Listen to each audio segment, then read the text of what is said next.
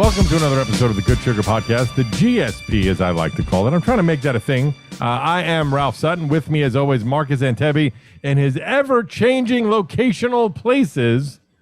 He is at the Ludlow Hotel today. How are you, Marcus? I'm doing pretty good. Thanks for asking. Yeah. Well, first of all, I would say this on the show. Congrats to your dad turning 80. That's pretty cool. Thanks a lot. I really appreciate the positive words. I know you were very involved with him turning 80, so congratulations for all the help you did to make him turn 80. Good point. I want to talk to you about a couple things, right? And we're diving right into it. First of all, we'll announce this. You gave me a homework assignment. We're going to get into it for next week. So for the listeners that maybe want to be a part of this, it's called The Motivational Speech by Dr. Joe Dispenza. It has over 5 million views. I watched it. I made some notes. I'm going to watch it again. I really want to do a deep dive into it before we talk about it. Tell him exactly which one it was that... It says, watch this every day, motivational speech by Dr. Joe Dispenza. How long is it? It's like 15 minutes? It's 13 minutes and 20 seconds. All right, that's manageable by the entire world. And I think everybody can watch. If you listen to the show every week... I have to say is that I don't want to load the dice up, but... because I watch so many of these type of guys and gals on YouTube very often, YouTube constantly pushes suggestions like that. And there's a bunch of stuff that's always in my queue, ranging from listening to physicists at Stanford and Harvard and whatever to guys like this. And he's been around for a while. And when I saw a lot of his still pictures that would be over his YouTube video, I wasn't really attracted. And then a couple of days ago, I said, you know what? I'm going to start listening to this guy. I want to go through his stuff. And I found that one to be mostly very accurate and helpful. I didn't think it was filled up with a lot of stuff. And I actually did write some comments. I made some notes myself, but I want to do a deeper dive. I also I noticed that one of the things he seems to be a specialist of is laws of attraction coach. And I don't like that kind of stuff. That stuff always bothers me. You know, the idea. We should talk about just that without going into his stuff. Fine. Because I think that's actually really interesting. We'll get into it for next week. So if you're a fan and you want to join us, it is as I said, the Joe Dispenza thing. Watch this every day. Can we let's go off of our bullet points today and just talk a little bit about how people talk about their self-help programs and what people that listen to that kind of stuff might want to consider. Well, things, for example, if we're being open, I think it'd be a great full episode. So why don't we save that for next week? You're a genius. Let's do that. You're a real pro. And so I just want to so first, of course, every week I give you a quick running update, but this was fascinating to me. So listeners know last time we taped, my uncle had passed away. I had missed a run and a half. And what I mean by that is usually doing either 3.69 or 4.710. He died on the day that I would have done a 6-mile run. I didn't feel right running the moment I found out he passed. It seemed weird, so I skipped that day. And then the Saturday, it felt like I shouldn't do 10 cold, so I only did 6. And then the following week, I also missed one because I went on a trip to Spain. Whatever, I don't want to get into details, but I missed about 2.5 runs, right, in the last 2 weeks. So today, I decided, which I normally would be doing 6, let me just do 3 because I missed a couple of runs and get back into the swing of things. I'll do 3 and 6. And the amount of time it took me to build up to where I can do 3.69 comfortably almost every week, how quickly it fell apart by missing a few weeks, not every run, just a couple of things here and there for 2 weeks. And I had such a difficult time today with the 3. Granted, maybe it's because of the flight. I didn't sleep well. I'm in a different time zone in my head. I didn't eat so great when I was there. Who knows what the other factors are? But I was dying on the run today. And it's amazing how quickly it takes a year and a half to get to where I was. And I feel within 2 or 3 weeks, I took 3 or 4 giant steps backward. It amazes me that happened so quickly. Well, I think it's obvious that should happen mechanically. And I think it's going to be different for everyone. I don't think everybody is going to have exactly the same result of how quickly they would fall back. And I think that what is important, I think, for you to take away from that, Ralph, is how no matter what's going on in your life, if you chose running as your yoga, and that's your true yoga mat, it makes no difference what happens. I mean, literally, the world could be on fire. You have I'm going to be honest. Is like, so what happened was I literally find out as I'm suiting up, my mother calls me crying and we have to start planning a funeral. I didn't want to say, Mom, hang out an hour and a half. I'll be back and we'll talk. It just didn't feel right. No, let me finish my my soliloquy, if you will. We're alive 7 days a week. I mean, that's just how it works. We go to sleep 7 times and we wake up 7 times. And every single day we have problems, we have obstacles, we have distractions, we're thinking about something, we have our routines.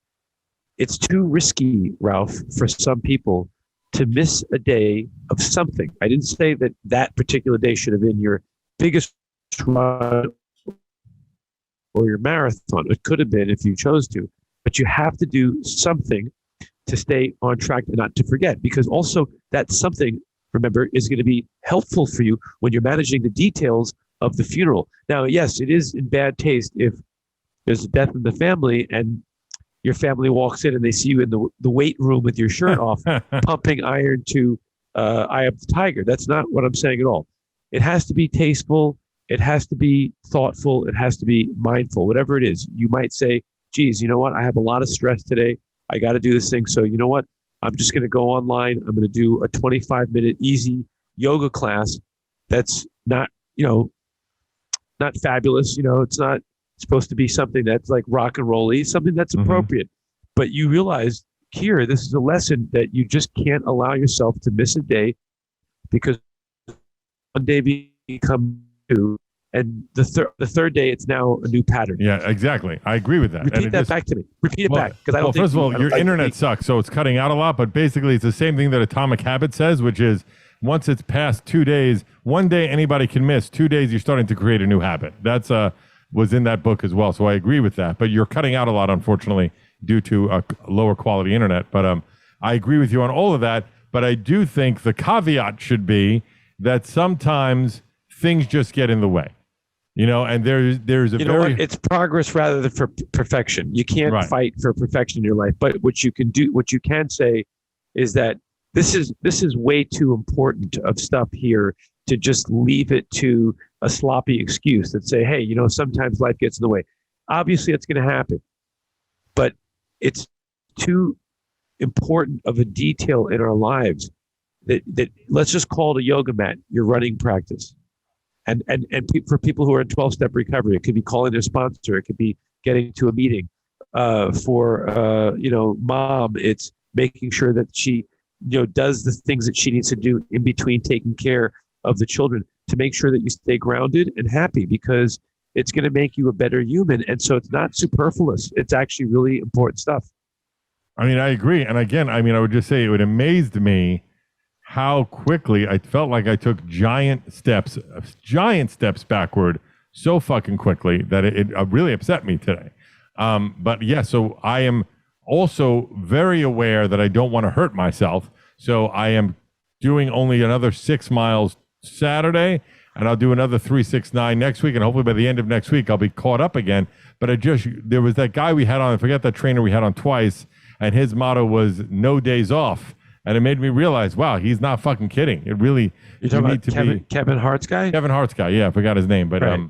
But I agree with that. So now the main topic I wanted to get into today, which is it's a thing that kind of just happened this week with my brother and I do think it has a lot to do with mental health and your feeling unresolved feelings. So there are people in our lives that we've lost touch with, or we're mad at, and we've just cut out of our lives, or maybe we stopped talking to them for a certain reason, and you just stop, right? So the example that happened is for a year and a half, my brother and one of his best friends, whom I know Lee, stopped talking, right?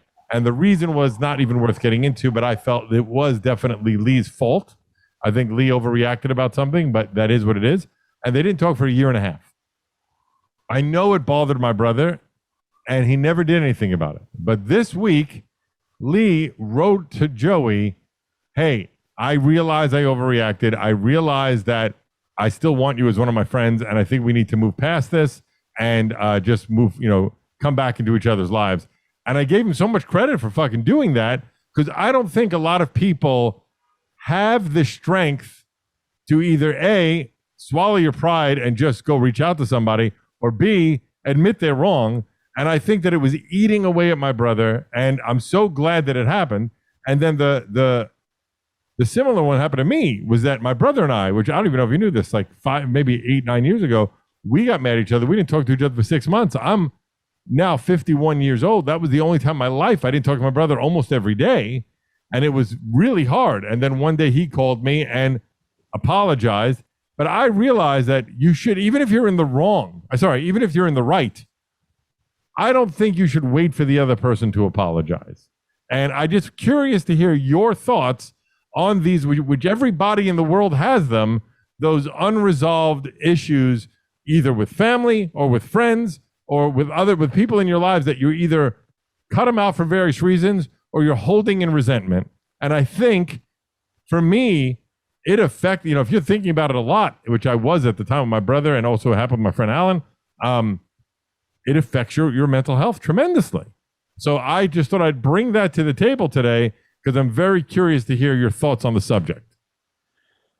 Well, I think it's a great subject. I think just this morning I was going through YouTube and I was listening to various self-help people, and I went outside of my comfort zone. I went to, you're going to laugh, kind of Christian faith evangelists that were really popular that have these like little motivational things, because I'm listening to that stuff as a student of the craft more so right. than with no, that's fine. That makes sense to me.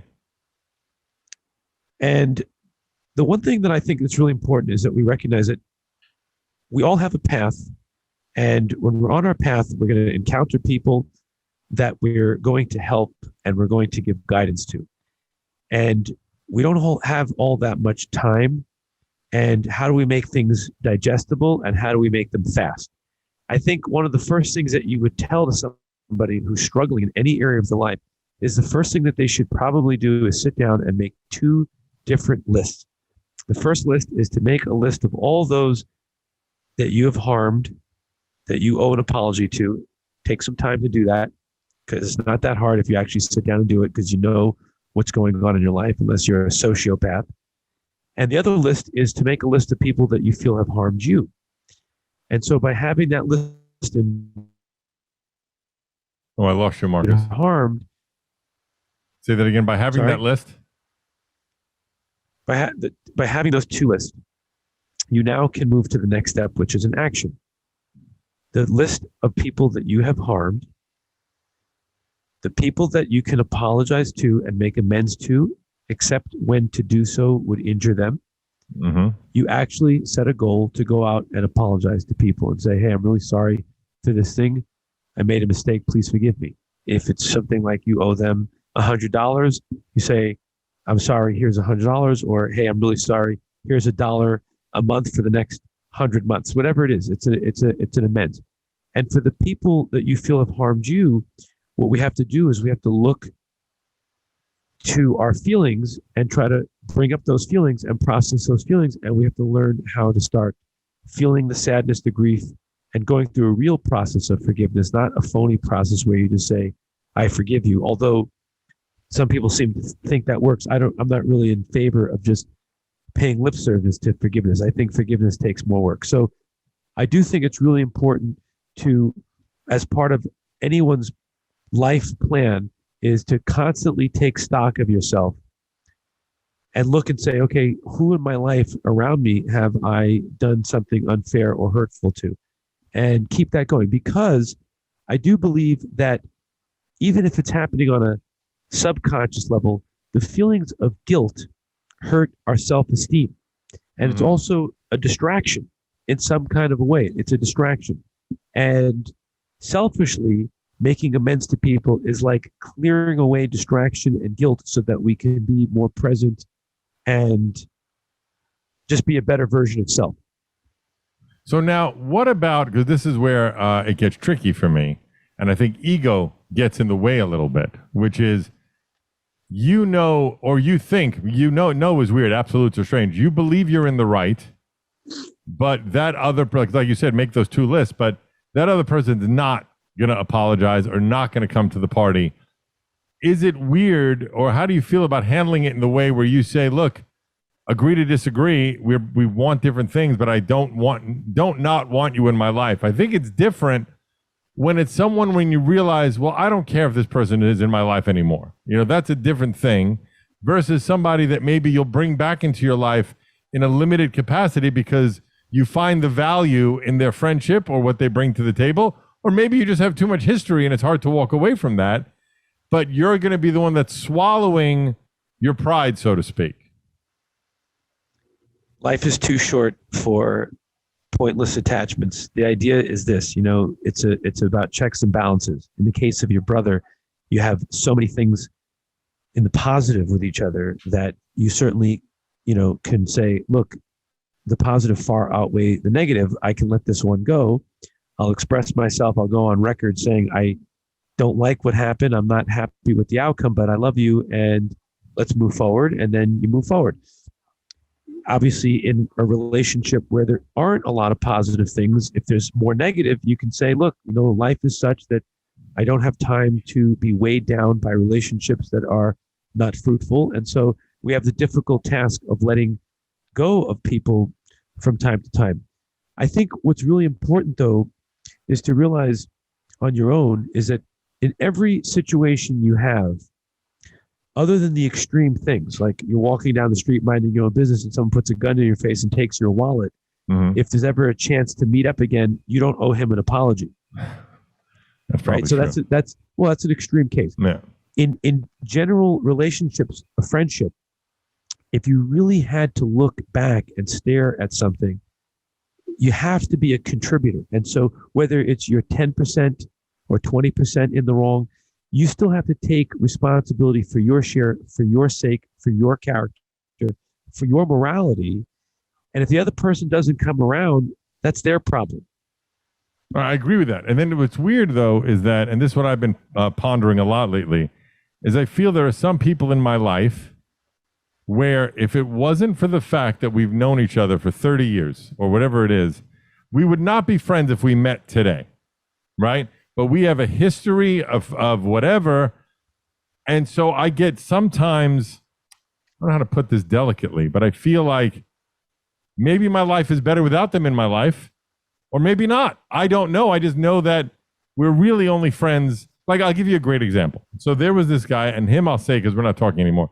You may have met him. We went to college with him, Matt Katzef. Do you remember him or no? I don't know if you remember him. No. Okay. Very, very, very vaguely. Yeah. Went to college with him. We were friendly. We were very close to him. But as we got older, he became a crazed Trump supporter, like probably at the January 6th rally kind of Trump supporter. And then would get into Capitol. You get into arguments with my mom on Facebook over Trump and yelling at my mother. And I had to DM him one day. I'm like, dude, what are you doing? It's my mom. But like, go take your argument somewhere else. And then he started arguing with me. So then I blocked him. And then he started texting me arguments and I blocked him. And he's out of my life. And I don't think about him anymore because I know that he is off the deep end. We won't be friends anymore. But there are some people whom I'm not sure where they stand. Like I don't know how much positivity is in them. And I feel that I spend time thinking about this and wondering if these people are just negative experiences in my life that I should move on from. I don't know. I don't know if there's a litmus test for that. You remember the TV show Kung Fu with David Carradine? Yeah, you love that show. I like the little vignettes. I can watch 3 minutes at a time. I think that what you're asking yourself to do in some ways in life is to walk the planet from one situation to the next and only attaching yourself to things that are really productive for life and really being mindful of the things that can really hold you back. Mm-hmm. And so, something like that, the guy that you're talking about, Matt, is you just let go and you don't think about it and you move on and you let that one's easy. Yes, but that one is easy. That one was an obvious one to me. That one, okay, this guy's a crazy guy. I was going to go on to the harder one. Sorry, go ahead. In the case of your brother, your mother, or family like that, you have to make a point to work through your problems. You have to communicate. Right. You can't just say, we're not talking for 6 months. You have to reach out and say, look, we got to make some time to talk. I'm not happy. I'm upset. I'm angry. You pissed me off. I'm resentful. Get your shit out. Let me get my shit out. At the end of the day, you're my brother. I love you. Let's move forward. Everybody else, you just kind of you just got to let some things fall into place. You got to realize that you have limited bandwidth. You're a busy guy. You run a business. You have a company. You have new friends. You have employees. And what you have to do is just basically not let things distract you. Distraction is a problem. It's one of our biggest problems. Right. Because you have a mission, you have a plan, you have life goals that you're trying to achieve. And you have to wake up each day and confront those things. And it's amazing, but you can have a giant calendar filled with events. One thing can pull you all the way to the left side and you're off in la la land. Of course. So, I mean, that's what just happened. You know how quickly things can shake your foundations. That's right. And so then you have to work to get back. And so, I don't mean to sound callous or unthinking, but I can't tell you how many people that in my life that I've encountered that I'm not close with. I could say in some way, I really appreciate social media because there's at least some contact. Like I could say there's a lot of people on Facebook that I just lost contact because I don't skydive anymore. I'm not fighting competitive Thai boxing anymore. I don't play ultimate frisbee, but social media in kind of a pleasant way leaves a person's name in front of you once in a while. Hello, happy birthday, congratulations. Sorry, my condolences. I am probably I was going to say callous. It's not a good word. I'm less emotional about that than you. I sort of take each day as it comes, and I have my close relationships and bonds that are important to me. And the ones that require too much energy or that are just literally too much of a distraction, they just don't seem to be something that I can concentrate on. Right. I get that. I probably need to figure out I'm use the term again, like a litmus test onto whether or not this person meets the prerequisites to keep in my life or not. Well, no, I'm just using this as an example. Like there's one or two people in my life that I feel like I don't know if the good outweighs the bad or the bad outweighs say their name. Give them a shout out. We'll give them a negative shout out. I'm not going to do that. I try not to throw too many people under the bus, to be honest with you. Lastly, I just want to run through my morning routine with you these days and ask you where you think I need tweaking at this point, because I'm pretty proud of my morning routine right now. Are you still doing crystal meth first thing you wake up, or every day, mainline? All right, good. So wake up. First thing I do is make the bed immediately. Right. Love it. Then take a shit, usually immediately. Those two things, right? Then I do a stretching routine, which is about 3 or 4 minutes, and then a 4-minute meditation, right? Then I do push-ups. Okay, boomer. Yeah, push-ups and sit-ups, then all my morning supplements and a shot of coffee, and now I feel that my day is ready to begin. Takes about 20 minutes. It's perfect. You have no augmentation whatsoever. No, I mean it's perfect. I mean, I've said to you before, you have your path. I can tell you what I do. Yeah, I'd like to hear what you do. All right, so it's really funny. I have to wake up a tiny bit earlier than I know my wife is going to wake up, because when the baby wakes up, I take baby detail. Don't use baby duty. I take the baby detail instantaneous. I don't have 1 second to breathe, because that happens really now. So I wake up automatically like 10 minutes before everyone else does. And I think the most important thing that I recognize is that I wake up anxious. And so what I wrote is that that's a natural state. And I don't want to project that onto any other human being, but I kind of see that it's actually really intelligent that a thinking creature like human beings in a volatile, dangerous world developed a mechanism to wake up going, okay, what's trying to eat me? Okay, sure. So I do wake up with a slight sense of anxiety. What I feel is something in the pit of my gut, and it's very manageable. I feel like my heart rate is going a tiny bit. And so what I do is I just lay there with my eyes closed and I start doing some deep breathing exercises through my nose. And then I find that after 15 or 20 of those deep breaths, I find that that physical feeling of anxiety is not there. And then just out of laziness, the first thing I like to do is I reach for the iPad and I go into YouTube and I look for something educational. And, you know, I don't watch nonsense. Sometimes I watch physics. Sometimes I watch science. I stay away from the drama of the news. I listen to a TED talk. I kind of hunt for something that's really outside of the realm of stuff that I'm very aware of, because I really like a whole new set of words to come into my mind, and I like to think about this stuff. And then now I think the first thing that happens is I got to be on my A game. This morning, I was an hour and 10 minutes playing with a 6-month-old baby with little blocks on a mat, just looking at her and paying attention to her and hugging her and kissing her and talking to her and making blocks fun and trying to help her to crawl and really being present with that. And so to me, that was my that would technically be my second yoga class of the morning, of the day, to be in that, which is selfless. And it's really hard sometimes because I get distracted. Although I don't, like we talked about this before, it's hard to be completely selfless. Because I'm sure there was a lot of joy for you. It's not, it's the closest thing I can be to selfless, because obviously the joy is a given. It's selfless because there's no cameras on me. I'm not getting, it's not like a benefit. I'm not getting rewarded. It's yes, of course there's a feeling of joy. There has to be a connection to self somehow, but it's truly something that I have to give her, because if I left it to my old self, it wasn't that I wouldn't do that well. It's just that I would get distracted. I couldn't be there. My mind would be in 4 places at once. I might be playing with the baby while texting.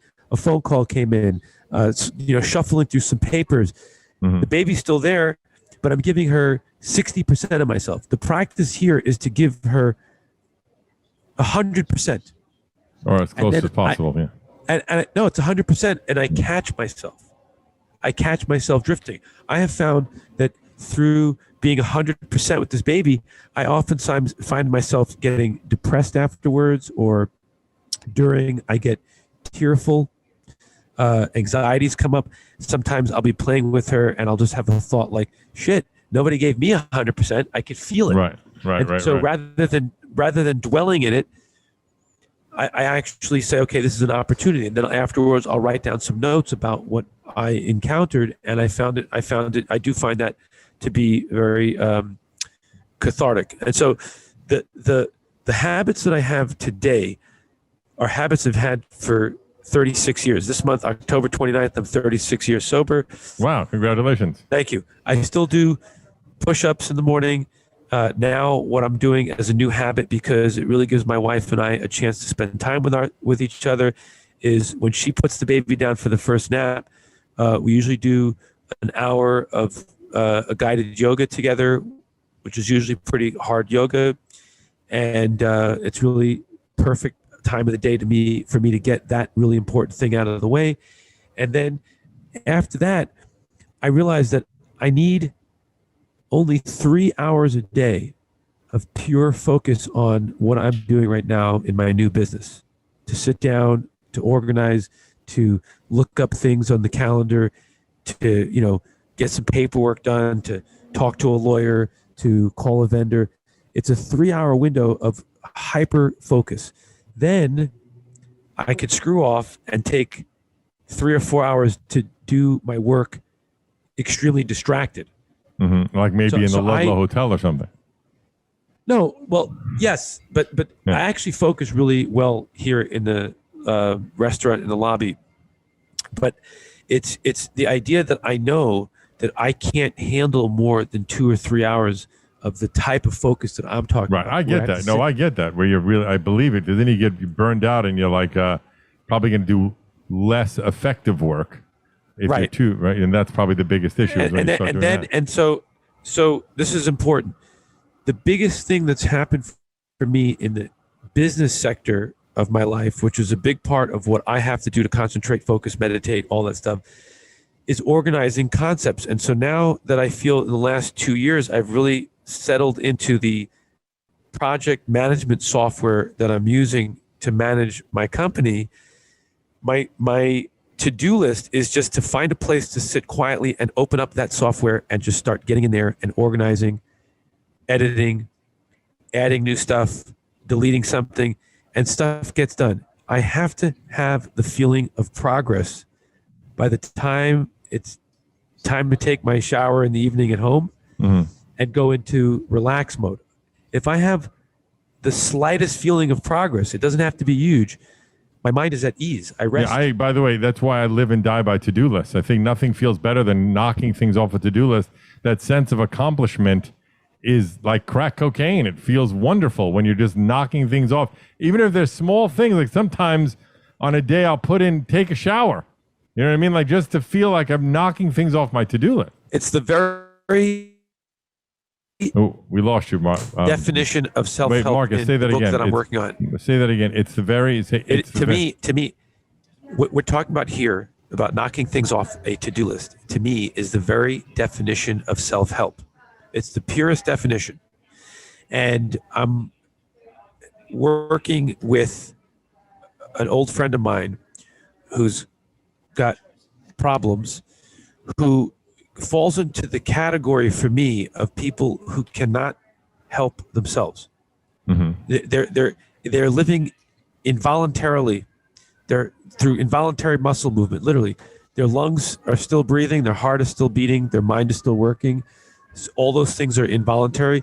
But anything that requires writing a letter, brushing teeth, taking a shower, making the bed, doing push-ups, getting to the gym, calling a sponsor, so to speak, they can't do it. Wow. So, yeah. And so that is a separate category of people in their process. There are people that cannot help themselves to be free, to liberate their minds. And then there's people that can. And so the messages that you and I talk about are really for the people who fall into the category that they still are intact enough where they can do things to help themselves. Right. And I do believe, we've had a few people talk about this over the years we're doing this, the idea of incremental change, baby steps, tiny movements, little things towards your goal. It's a wildly therapeutic thing that makes you feel like the littlest accomplishment gives you the biggest feeling of happiness. Well, you have no choice in the matter because there are very few things that you can do except, say, take a crap or eat a meal that you have control over whether or not you're doing it incrementally, because incrementally is the way that it happens anyway. If for me to build a business, it's not like I'm just going to wake up in the morning and snap my fingers and I'm there. It's going to be approximately 2,500 tasks, and within each task, there's 50 little tasks that have to get done. Right. So I don't have any control over that. What I have to do is become aware of the pattern, and the more planning I can do and the more writing I can do to look at all those tasks, then I can wake up in the morning and say, okay, today all I have to do is organize my hard drive, look at my calendar, get a new pair of headphones, pay my tax bill, blah, blah, blah. Little details. If I keep knocking things off the list, the front doors will open. I could not agree more with that, Marcus. We're going to wrap this one up. I want to tell you couple things. I'll do my plugs. I know you don't love plugs, but I'm going to do mine. As this episode has just been released, while you're listening to it, if you listen to my other show, the SDR Show, Sex, Drugs, and Rock and Roll Show, Robbie Krieger from The Doors is on, and it's fascinating. He tells some great stories about The Doors, about Jim Morrison. He just put out a book, and it was a fascinating hour. If you're a fan of The Doors, you don't want to miss it. That episode is out right now, everywhere you consume a podcast. And just follow me over at I Am Ralph Sutton.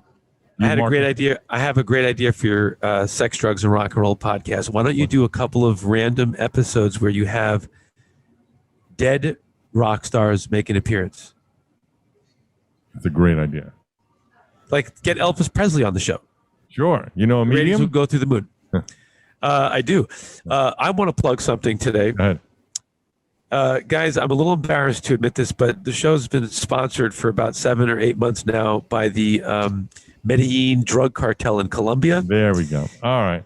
I feel like every once in a while, to keep the peace, we have to promote their goods and services. So stay tuned for a special opportunity and an offer that they're going to be giving us. Bulk kilos from goodsugar.life. But anyway, all right, thank you so much for taking time out for the Good Sugar podcast. We'll see you next week on GSP.